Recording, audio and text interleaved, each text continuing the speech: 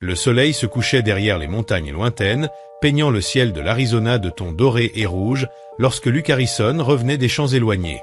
Son cheval était fatigué, la poussière collait à ses bottes et la longue journée l'avait laissé silencieux comme toujours. Luke vivait seul sur une vaste étendue de terre, à des kilomètres de la ville la plus proche. La seule compagnie de la nuit était le vent et les coyotes.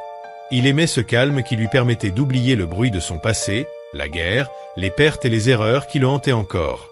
Il réparait une clôture cassée près du lit sec de la rivière lorsqu'il entendit un bruit faible porté par le vent. Ce n'était pas un animal, mais quelque chose d'humain, faible mais réel.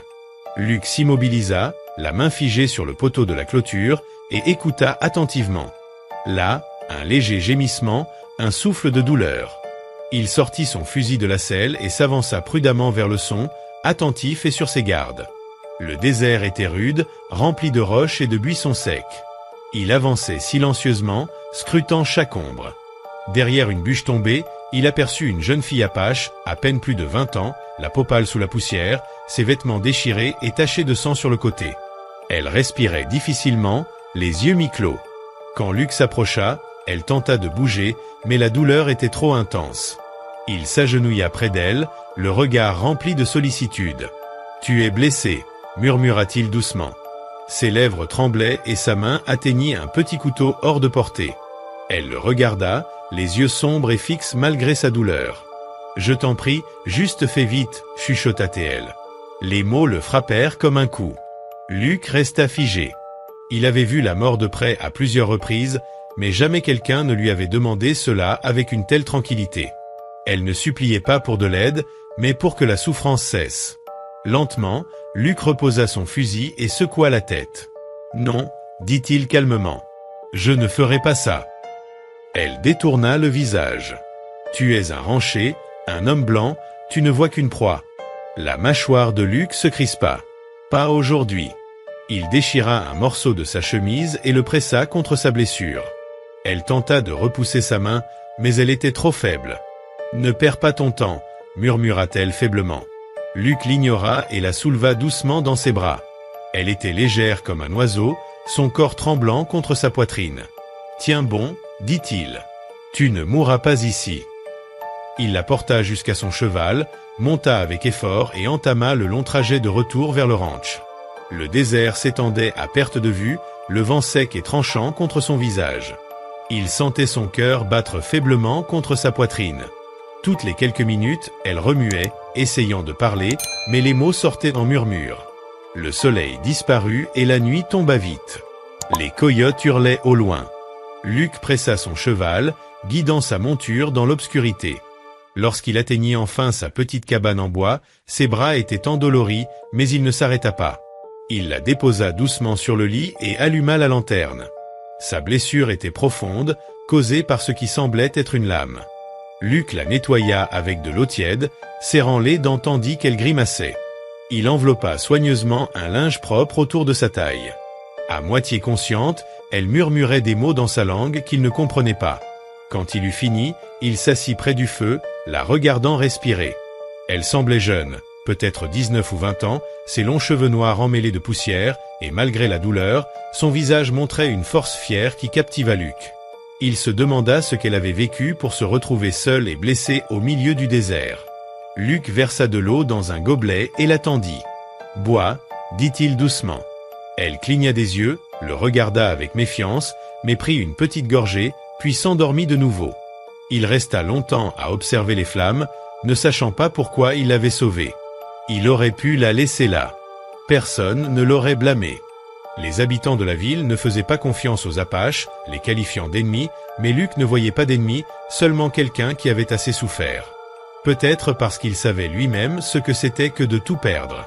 Les heures passèrent, le feu s'éteignit peu à peu, et dehors, le vent portait le cri d'un hibou. Luke enleva son chapeau, frotta ses yeux fatigués et la regarda à nouveau.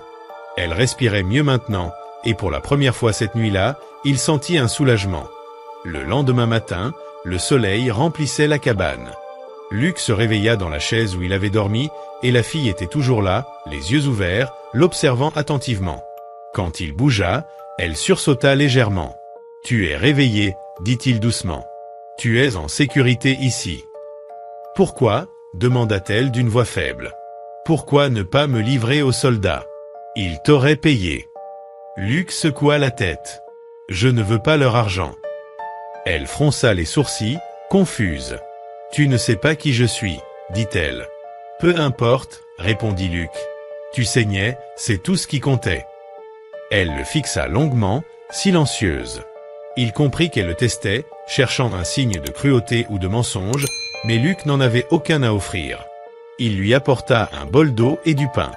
Elle hésita, puis mangea quelques bouchées. Plus tard, Luc sortit pour s'occuper des chevaux, pensant à ce qu'il venait de faire. Si quelqu'un découvrait qu'il hébergeait une apache, il y aurait des ennuis. Les rumeurs couraient déjà. Luc est devenu faible, il protège l'une d'elles. Mais au fond, il s'en fichait. Il avait fait son choix. De retour à l'intérieur, elle était assise, faible mais alerte. « Ton nom ?» demanda-t-il. « Nia », répondit-elle après un instant. « Mon peuple m'appelle Nia. »« Luc », dit-il simplement. « Luc Harrison. » Pendant quelques secondes, ils se regardèrent. Deux étrangers issus de mondes marqués par la haine, mais dans cette petite cabane, entourée de silence et de poussière de désert, quelque chose de fragile et nouveau commençait à naître. Cette nuit-là, alors qu'il vérifiait de nouveau les bandages, Nia attrapa soudain son poignet. Ses yeux étaient pleins de larmes, bien qu'elle ne les laisse pas tomber. « Tu aurais dû me laisser, » murmura-t-elle. « Mon peuple est parti. Je n'ai plus rien. » Luc la regarda avec calme et force. « Peut-être, » dit-il, « mais tu respires encore. C'est déjà quelque chose. » Pour la première fois depuis qu'il l'avait trouvée, Nia ne discuta pas. Elle ferma les yeux et dormit sans peur pour la première fois depuis des jours. Luc s'assit de nouveau près du feu. Le désert dehors était froid et infini, mais pour une raison inconnue, la cabane ne semblait plus vide.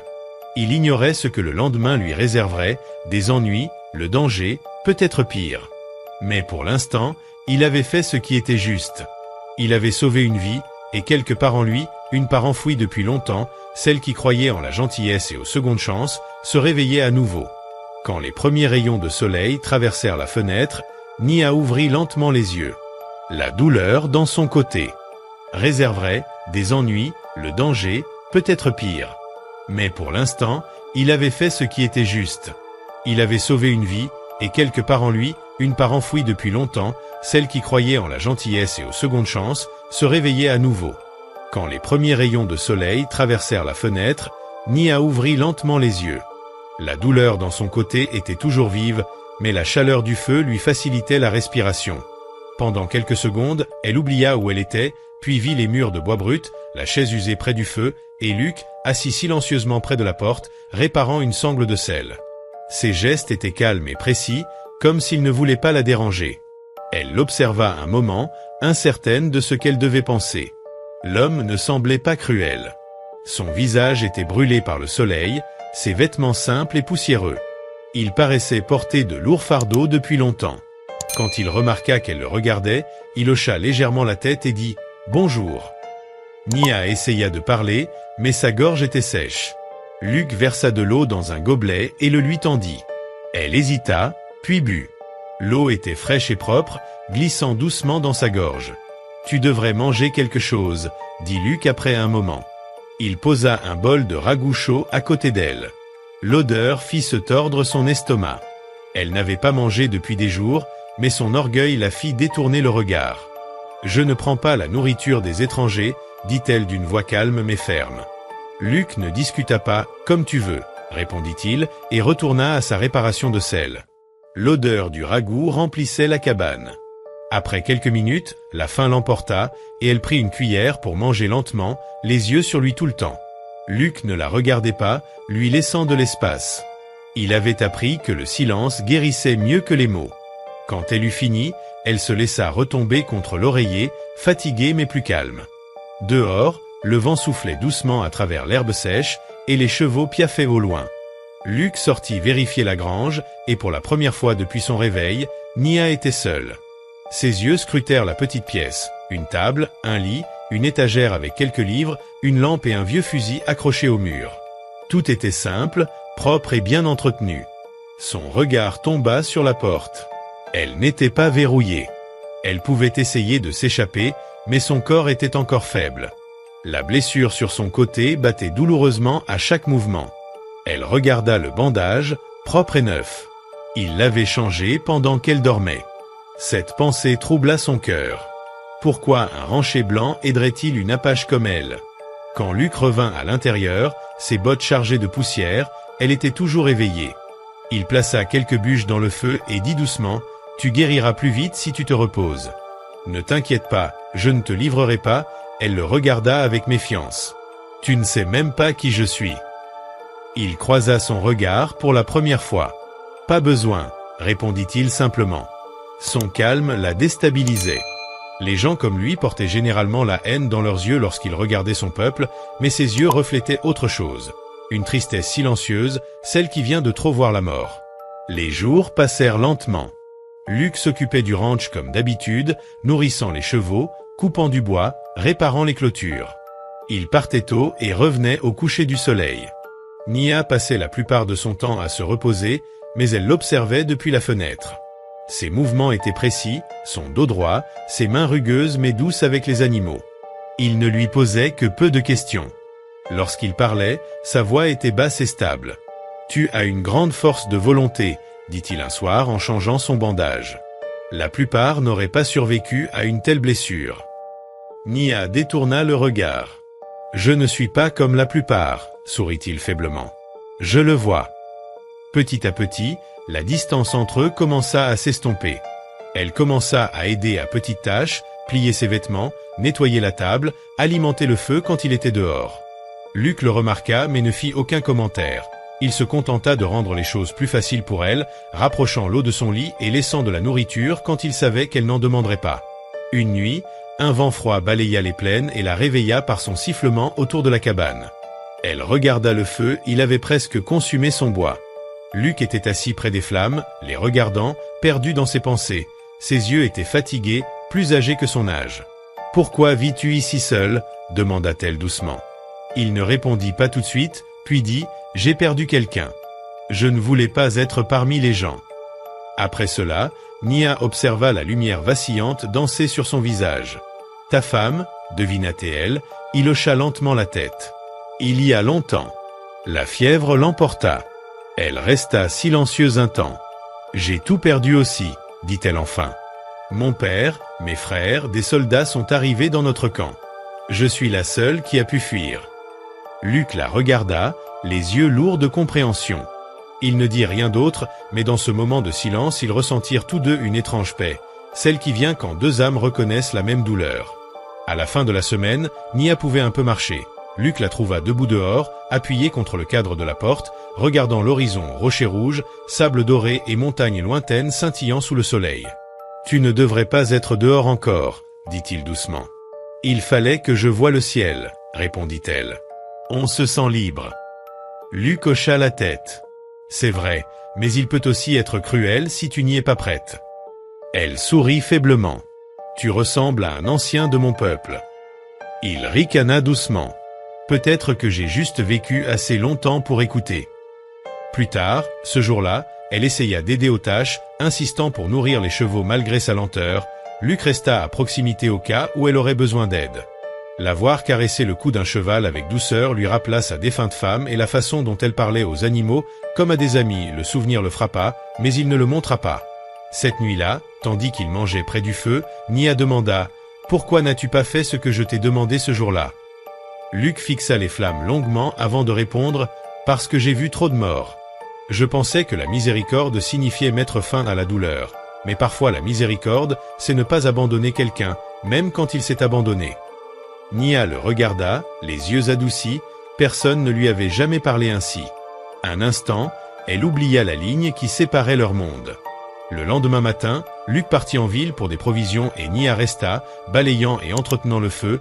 Bien que faible, son cœur se sentait plus léger. Mais au fond d'elle, elle s'inquiétait. Si quelqu'un en ville apprenait son existence? Et s'il venait la chercher? Ce soir-là, Luc revint, le visage tendu. « On parle en ville, » dit-il doucement. « Quelqu'un a vu des traces près de la rivière. Il pense qu'une personne de sa tribu est passée. » Ses mains tremblèrent. « Tu n'aurais pas dû m'aider. » murmura-t-elle. Ils viendront pour toi. La voix de Luc était ferme. Qu'ils viennent. Je me fiche de ce qu'ils disent. Des larmes montèrent à ses yeux. Elle se détourna pour qu'il ne voie pas et dit d'une voix tremblante, « Tu ne comprends pas. Les gens comme moi apportent des ennuis. » Il la regarda, calme mais assuré. « Alors, j'imagine que les ennuis ont trouvé le bon homme. Je n'ai plus rien à perdre. » Longtemps, ils restèrent silencieux. Le feu crépitait doucement et dehors le vent hurlait dans les arbres. Dans cette petite cabane, deux solitudes commençaient à retrouver quelque chose qu'elles croyaient perdu. Une raison de prendre soin et une raison de vivre. Cette nuit-là, elle resta éveillée, écoutant la respiration régulière de Luc sur la chaise près de la porte et murmurant des paroles de remerciement dans sa langue, des mots qu'elle n'avait pas dits depuis des années. Elle ne savait pas ce que demain apporterait, mais pour la première fois depuis que son monde s'était effondré, elle ne se sentait plus seule. Les jours passèrent lentement et le lien entre Luc et Nia se raffermit sans qu'il ne l'exprime. Le désert restait vaste et silencieux, mais la cabane ne semblait plus vide. Luc remarqua que son rire revenait, doux et bref, comme si elle réapprenait et elle aidait davantage chaque jour. Couper du bois, traire la vache, donner à manger aux chevaux. La blessure à son flanc était presque guérie et le teint lui revenait. Pourtant Luc sentait le danger approcher. Il le lisait dans le regard des cavaliers en ville et dans les rumeurs qui le suivaient. On disait qu'il cachait quelque chose ou quelqu'un. Les murmures le suivaient partout. Lorsqu'il passait devant l'épicerie, les hommes cessaient de parler et le fixaient. L'un d'eux, Blake, sortit et, d'un sourire glacial, l'accusa « On dit que tu fréquentes une femme de cette tribu. » Luc le regarda calmement. « On raconte beaucoup de choses. » Le sourire de Blake disparut. « Souviens-toi qui tu es. On n'aime pas les étrangers près de nos terres. » Luc monta son cheval sans répondre et s'éloigna, le cœur lourd de ce qu'il avait vu, la haine qui se propage vite et brûle profond. Il savait que quelqu'un viendrait bientôt chercher des ennuis. À son retour, Nia était dehors à étendre le linge, elle se retourna au bruit du cheval et sut aussitôt que quelque chose n'allait pas. « Ils savent », dit-elle doucement. Il hocha la tête. « Peut-être, mais je m'en fiche. »« Tu devrais t'en soucier, » dit-elle en tremblant. « Ils te feront du mal à cause de moi. » Luc descendit et marcha vers elle. « Nia, j'ai survécu à pire que quelques hommes en colère. Tu ne m'as pas demandé de te sauver, mais je l'ai fait, ça fait de toi ma responsabilité maintenant. » Elle baissa les yeux, tordant le bord du tissu, personne ne lui avait jamais dit cela. Luc sourit faiblement. Alors il était temps que quelqu'un le fasse. Cette nuit-là, un silence étrange emplit la cabane, le vent était calme et les étoiles brillaient. Luc nettoyait son fusil pendant que Nia reprenait une déchirure dans sa robe. Après une longue pause, elle demanda « S'ils viennent, te battras-tu pour nous ?» Il leva les yeux. « Si je dois le faire. » Elle baissa les yeux. « Tu pourrais me livrer. Il te laisserait tranquille. » Il secoua lentement la tête. « Ce n'est pas comme ça que je vis. » Elle ne répondit pas, mais des larmes brillaient à ses yeux. Le lendemain matin, la paix fut rompue. Luc se réveilla au bruit lointain de sabots et vit 3 cavaliers approcher, des hommes de la ville. Sa main se posa sur la ceinture alors qu'il s'arrêtait près de la clôture. Blake était en tête. « Bonjour, Harrison, Raya Blake. On est venu voir si les histoires sont vraies. » Luc se tut. Blake regarda la cabane. « On veut juste vérifier que tu ne caches personne de dangereux. » La voix de Luc était calme mais ferme. « Il n'y a personne de dangereux ici. Faites demi-tour. » Blake rit. « T'as toujours été têtu, mais je ne partirai pas avant d'avoir vu. » Il poussa son cheval en avant. Avant que Luc ne puisse l'arrêter, la porte s'ouvrit et Nia sortit, le regard fier, le soleil du matin prenant dans ses traits sombres. Les hommes restèrent figés. « Eh bien, regarde ça, » ricana Blake. Les rumeurs étaient vraies. T'as perdu la tête, Harrison. Luc se plaça entre eux. Faites demi-tour et partez. Blake cracha dans la poussière. Tu la protèges après tout ce que certains l'ont fait. La mâchoire de Luc se serra. Elle n'a rien fait de mal. Si vous voulez une bagarre, venez me voir. Les hommes échangèrent un regard puis firent demi-tour. Blake, s'approchant, murmura « Ce n'est pas fini. Il le regrettera. » Une fois parti, Nia pâlit. « Tu n'aurais pas dû faire ça. »« Je te l'ai déjà dit, » répondit-il doucement, « je me fiche de ce qu'il pense. » Ce soir-là, Luc répara la clôture et chargea le fusil près de la porte. Nia le regarda, le cœur lourd d'avoir apporté le danger dans son seul refuge. Le soleil se coucha et un orage éclata, le vent apportant poussière et feuilles sèches. Luke termina son travail et trouva Nia à la fenêtre, regardant les nuages sombres. « Ils n'abandonneront pas, dit-elle. » Il hocha la tête. « Je sais. »« Alors pourquoi n'as-tu pas peur ?» demanda-t-elle. Il sourit légèrement. « Parce que la peur n'a jamais bâti quelque chose qui vaille la peine d'être gardé. » Elle se tourna vers lui. « Tu risques ta vie pour moi et tu ne connais même pas mon histoire. »« Alors dis-la moi, dit-il. » Nia inspira profondément. « Mon père était chef. Il m'a appris à combattre, monter et chasser. Une nuit, des soldats sont venus. Ils disaient vouloir la paix, mais ils ont apporté le feu. Ils ont tout pris. J'ai fui parce qu'il me l'a dit.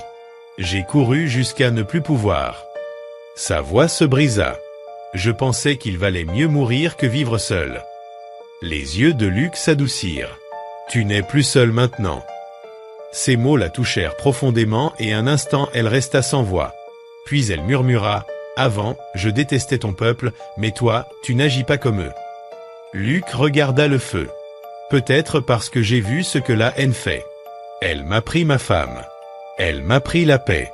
Je ne veux pas qu'elle prenne plus. L'orage éclata. La pluie tambourinait le toit et le tonnerre secouait les murs, mais à l'intérieur le feu restait vif. Ils restèrent ensemble en silence, et ce silence n'était plus vide. Le matin suivant, la terre sentait la pluie et la propreté. Luke sortit, et un bref instant, espéra que les ennuis étaient passés, mais il savait au fond de lui que non. Plus tard, en réparant une auge, Nia le regarda et dit doucement, « S'ils reviennent, je me battrai aussi. » Luke, surpris, répondit, « Tu n'es pas encore guéri. » Elle se redressa. « Mon corps est faible, mais mon cœur est fort. Je ne me cacherai pas pendant que tu me protèges. » Il vit le feu dans ses yeux et hocha la tête. « Alors nous resterons unis. » Cette nuit-là, la ranch retrouva le calme et Luke resta sur la véranda, son fusil sur les genoux, regardant l'horizon. Nia vint s'asseoir à côté de lui, enveloppée d'une couverture. « As-tu déjà pensé à quitter cet endroit ?» demanda-t-elle.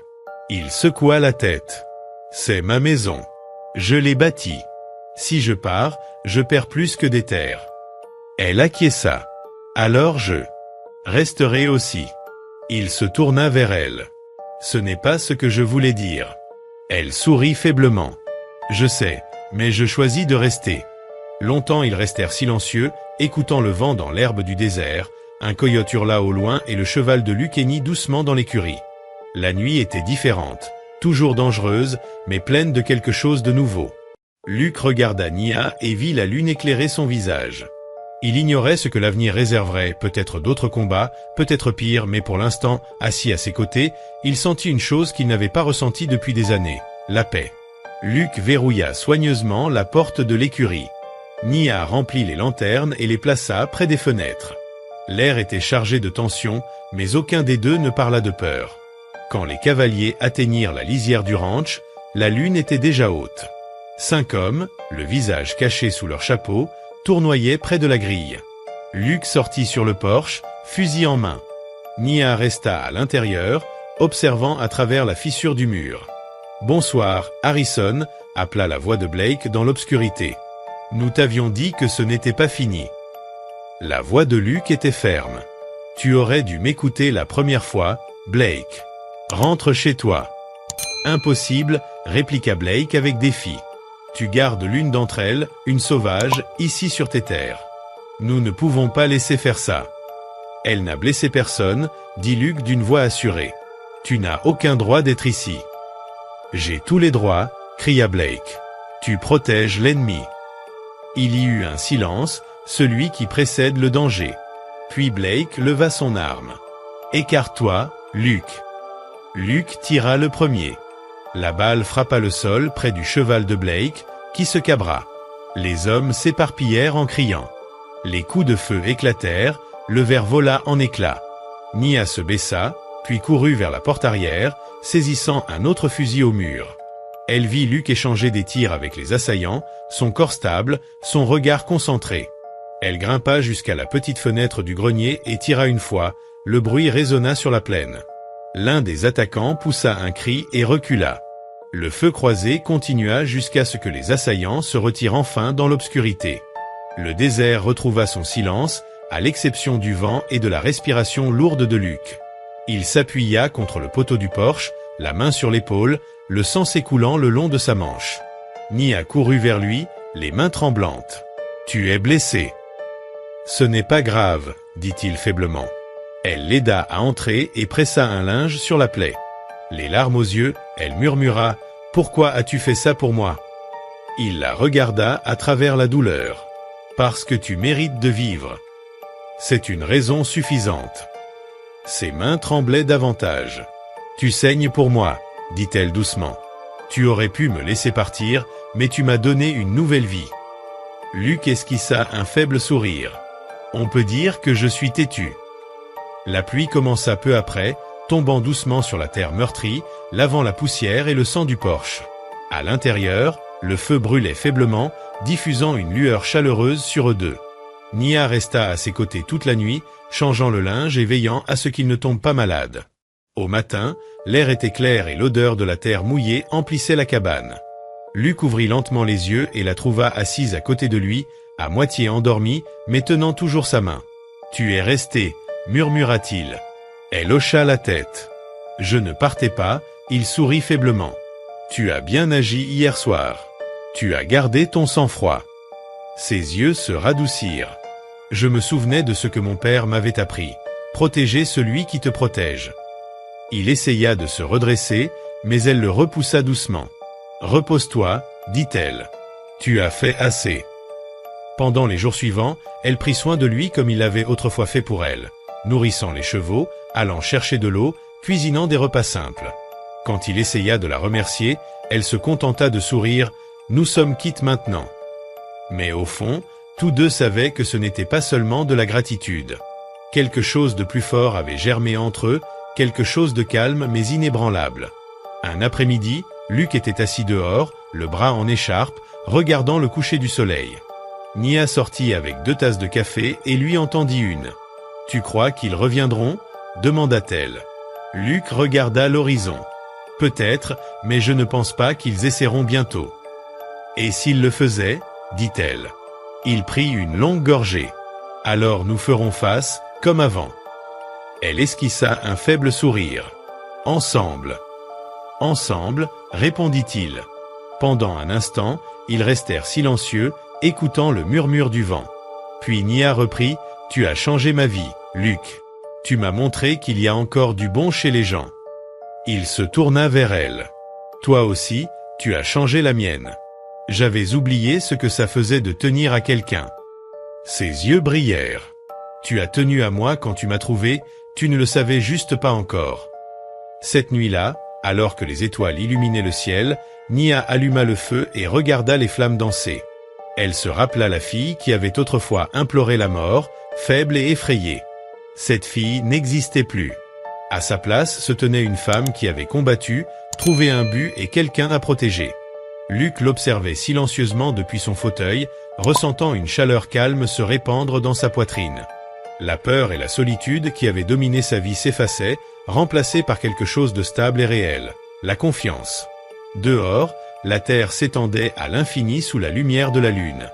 À l'intérieur, 2 âmes autrefois brisées partageaient maintenant une petite lumière qui refusait de s'éteindre. Quand Nia croisa son regard, elle vit la même force silencieuse qu'il avait portée depuis le bord de la mort. Dans cet échange silencieux, ils comprirent ce que les mots ne pouvaient dire, ils s'étaient sauvés mutuellement. Les semaines passèrent et la terre guérit peu à peu de la tempête et du combat. L'herbe repoussa après la pluie et l'air devint pur. La blessure de Luc se referma petit à petit, même si son épaule resta raide. Il ne se plaignit jamais. Nia resta à ses côtés, l'aidant dans les tâches qu'il ne pouvait plus accomplir. Ils vivaient leur journée en rythme silencieux, comme si la terre et le vent avaient appris à vivre ensemble à nouveau.